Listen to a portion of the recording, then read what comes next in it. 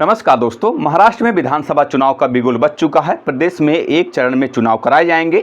चुनाव की घोषणा होने के साथ ही सभी पार्टियों ने जीतने के लिए कमर कस ली है। सबसे बड़ी चुनौती कांग्रेस के लिए है।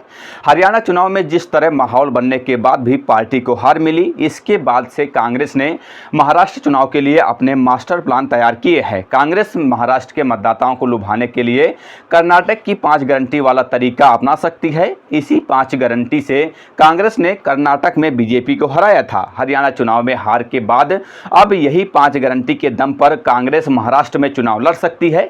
जैसे कांग्रेस ने 5 गारंटी वादों की घोषणा कर्नाटक में चुनावी आचार संहिता लागू होने और मैनिफेस्टो जारी करने से पहले काफी पहले कर दी थी और नतीजा उसके पक्ष में आया था, यानी कि कांग्रेस की जीत हुई थी।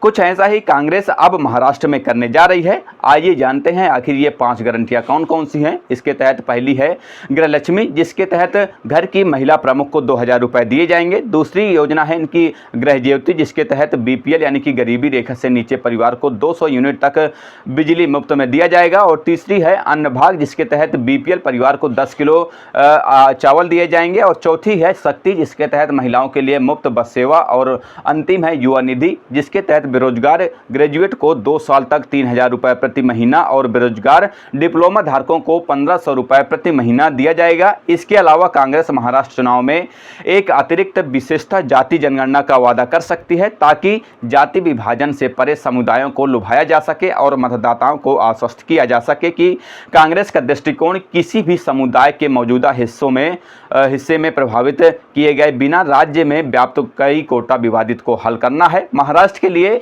विचार किए जा रहे लोक लुभावन वादों में घर की महिला मुखिया को मासिक नगद भुगतान, महिलाओं के लिए मुफ्त बस यात्रा, परिवारों के लिए 10 किलो खाद्यान्न यानी कि अन्न, 200 यूनिट तक मुफ्त में बिजली, बेरोजगारी भत्ता शामिल है। सूत्रों ने बताया कि कांग्रेस के शीर्ष नेता महाराष्ट्र घोषणा पत्र के लिए कर्नाटक की गारंटी पर सक्रिय रूप से चर्चा कर रहे हैं, जिसमें कुछ बदलाव किए गए हैं। लोक लुभावन दृष्टिकोण 2024 के लोकसभा चुनाव में पार्टी की सफलता को आगे बढ़ाने का प्रयास करता है। भाजपा समर्थित एकनाथ शिंदे सरकार द्वारा लोकसभा में अपने निराशाजनक प्रदर्शन के बाद की गई घोषणाएं, जैसे कि लड़की बहन योजना, जिसके तहत 21 से 65 वर्ष की महिलाओं को 1500 रुपए मासिक रूप में दिए जाते हैं। इसकी काट में कांग्रेस द्वारा नगद राशि में वृद्धि का वादा किए जाने की संभावना भी की है।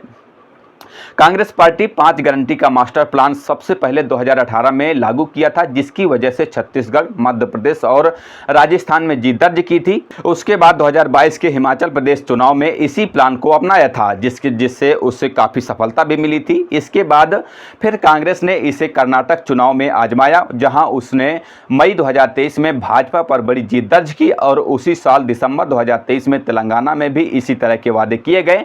अब कांग्रेस का मास्टर प्लान कितना कारगर होगा, यह तो समय ही बताएगा। अभी तो निर्वाचन आयोग ने मंगलवार को घोषणा करते हुए बता दिया था कि महाराष्ट्र में विधानसभा चुनाव 20 नवंबर को एक चरण में होंगे और वोटों की गिनती 23 नवंबर को की जानी है।